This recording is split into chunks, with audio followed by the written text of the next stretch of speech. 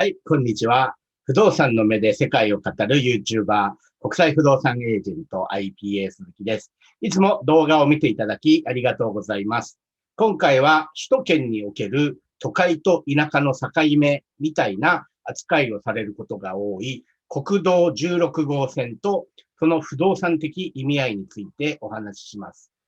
東京都心から約30キロ離れた郊外を通る全長200キロを超える長大な環状道路、国道16号線に関しては、私もすでに不動産専門家の視点から動画を出しています。題して、東京不動産バブルが16号線で止まる理由。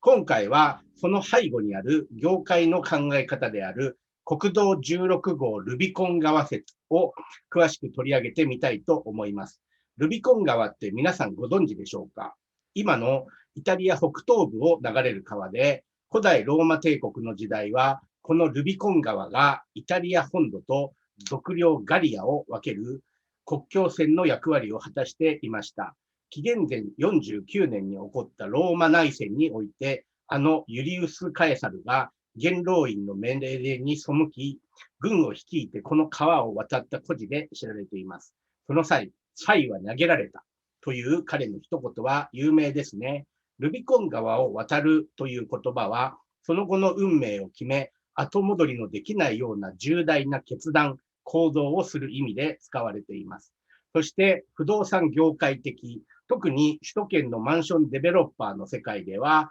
16号線の外側で新築マンションを供給することは、ルビコン川を渡るぐらい相当な勇気が必要なこととされます。マンションデベロッパーは厳しい商売です。巨額の資金を投じて土地を買収して、建築許可を取って近隣対策もやって建物を建て、モデルルームを作り、それだけで何年もかかるのに一銭も入らないんです。マンションが完成してお客に売れて、それで初めて資金回収ができる商売なので、決めた値段で売れるかどうかは、場合によっては会社の生き死ににも関わる重大なことです。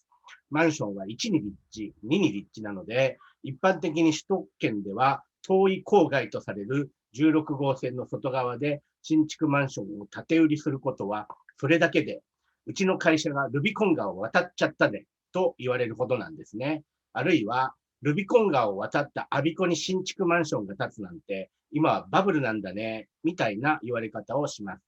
新築分譲マンションだけではありません。投資用アパートの世界でも、16号線は銀行融資がつくかどうかの境界線になることが多いんです。もちろん、日本にはいろんな銀行があります。16号線の外側であろうと、どこであろうと、例えば地主の土地活用案件なら、地銀とか新金が喜んでお金を出しますので、16号線の外がまるっきりダメとは言いません。ですが、特にサラリーマン投資家に馴染みの深い某大銀行とか某 S 銀行などは、16号線内側だけに融資エリアを絞ることが多いのは事実です。つまり、融資の世界でも16号線はルビコン側扱いされているんですね。首都圏マーケットにおいてサラリーマン投資家の比率は増える傾向にあり、将来的な出口という意味でもサラリーマン勢力は無視できませんので、物件が16号線の内側か外側にあるかどうかは資産価値にももろに関わってきます。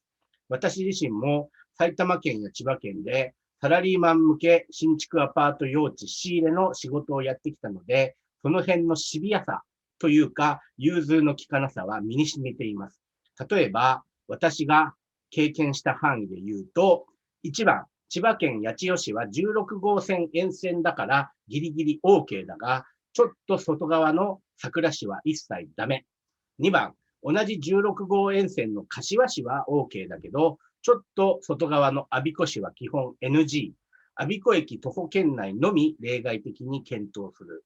3番、千葉県野田市は16号沿線だけどすべて NG。4番、埼玉県上尾市はギリギリ OK だけど、蓮田市はエリア外なので NG です。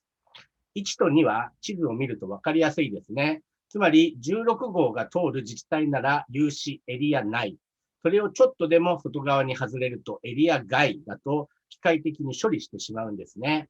それでもいくつかの例外があります。まず3について。野田市は16号線が通っている自治体ですが、東京都内への直通電車がないので、エリア外扱いされてきました。野田は土地がものすごく安くて広いので、私も仕入れたいんですが、野田だと担保評価は出ないし、賃料も取れないというのが金融機関の判断なんですね。要は16号線沿線なのに、もろ田舎扱いされているわけです。そういえば、白井市や市原市も16号線が通るのに野田と同じ田舎扱いをされていました。さらに4番。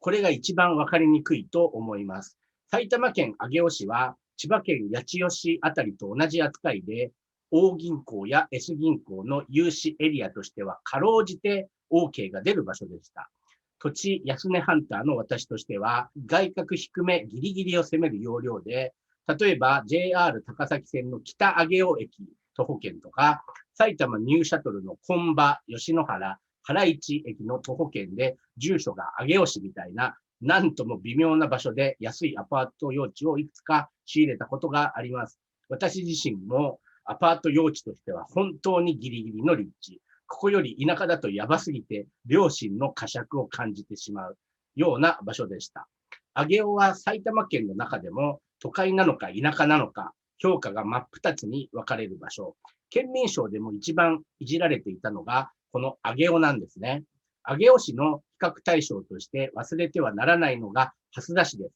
どちらも埼玉市の北にあって、大宮駅から分岐する JR 線沿線の町です。JR 高崎線なら上尾駅、JR 宇都宮線なら蓮田駅が大宮からほぼ等距離に位置しています。地図を見るとまさに兄弟都市なんですが、上尾がギリギリ都会扱い、蓮田が田舎扱いされるという、蓮田市民にとっては何とも納得いかない結果になったりするわけですが、理解を深めるためにまず県民賞を見てみましょう。それから番組の中で一番この取り沙汰されてたのはこの上尾ですね。上尾。この上尾を入れるか入れないかというのが非常に番組の中で問題になってましたね。これは難しいところですね。で、詳しい方はわかると思うんですが、ここですね。これカメラに映ってますかね。ここがですね、高崎線というのが通ってるんですね。上尾家が北本、鴻巣、行田、熊谷湖、本庄とバーッと高崎に向かう高崎線というのがございます。それから宇都宮線というのはこっちにガーってあるんですね。蓮田、白岡、久喜とこっちに行く宇都宮線というのがございますね。で、この高崎線と宇都宮線というのはちょっと兄弟みたいなところがありまして、で、上尾が入るんだったらやっぱりこの蓮田も入れてあげなきゃいけないなというふうに思うんですね。で、蓮田が入らないんだったら上尾も入らないだろうと。ただですね、ちょっと上尾に加担するとですね、上尾市ってのはなんていうんですかね、無駄に大きいんですね。人口がですね、県内で実は7番目に多いという20何万人いますからね。規模感として、蓮田市は6万人ぐらいですから、確かに宇都宮線と高崎線っていうのは兄弟だし、上尾が入るんだったら蓮田も入れてあげようというと思いはあるんですが、ちょっと規模感が無駄に上尾は大きいので、ちょっと上尾だけ入るということもあるかな。でも川越も入らないんだったら確実に上尾なんか入りませんね。こんなのはね。私思うに一番大事なポイントは、上尾市には16号線が通っていて、蓮田市は全部16号線の外側になるという事情が一番大きいように思います。地図で見ると、上尾市の南東部をかすめるように国道16号が通る区間がありますが、蓮田市の領域は全部16号外側になってしまうのです。国道16号は千葉県でも埼玉県でもまさにルビコン川なわけですね。もっとも16号線の外側でも栄えている町はあります。神奈川県は特にそうで、藤沢市、鎌倉市、逗子市あたりは湘南ブランドもあって評価が高いし、分譲マンションも普通に建ちます。最近では海老名市の台頭が著しいですね。ですので、神奈川県におけるルビコン川は16号線ではなくて相模川という気もしています。神奈川県は横浜という大都市があるから恵まれていますね。一方、横浜みたいな大都市がなく、東京様の恩恵に都心30キロ圏内で預からなければならない埼玉県と千葉県において、16号線外側の首都通勤圏で藤沢や海老名レベルで栄えている駅って一つもないです。埼玉県だと、例えば西武池袋線の飯能駅、東武東上線の若葉駅、JR 宇都宮線の久喜駅あたりが思い浮かびますけど、どこも藤沢海老名どころか上尾駅にすら及びません。まさに上尾こそが都会と田舎の境、ルビコン川を渡る場所なんです。ルビコン川の外側扱いされてしまう自治体は、不動産価値や流入人口の面で大きなハンディを背負わされることになります。なぜなら、駅前でもない限り新築分譲マンションが建たない、アパートに融資がつかないとなれば、どうしても戸建て中心のマーケットになっちゃうのです。低層だから土地値は上がらない。仮に東京都心がバブっても、金融経済に選ばれない場所は波及も期待できないのです。要は、蓮田や我孫子で不動産を持っていても、一般論として資産価値上昇は期待できない。余裕があれば都内とか、あるいはさいたま市とか、柏や流山みたいな人口が増えて栄えている16号内側の都市に資産を移し替えた方が価値上昇は期待できると言えます。で、もし私が蓮田市や我孫子市の市長で人口減少や住民税減収問題に立ち向かうとしたら、多分16号線内側の都市との合併を真っ先に検討しますね。つまり、我孫子市ならば柏市と合併する。蓮田市ならばさいたま市に入れてもらう。それが無理なら、ギリギリ都会扱いされている上尾市と対等合併して北埼玉市を名乗る。住民感情はともかく不動産経済的には非常に意味があります。なぜなら場所が我孫子なのに柏市を名乗れたら、不動産業界と金融業界が国道16号線扱い、都会扱いしてくれるので、分譲マンションも建つし、賃貸アパートも建ちやすくなるからです。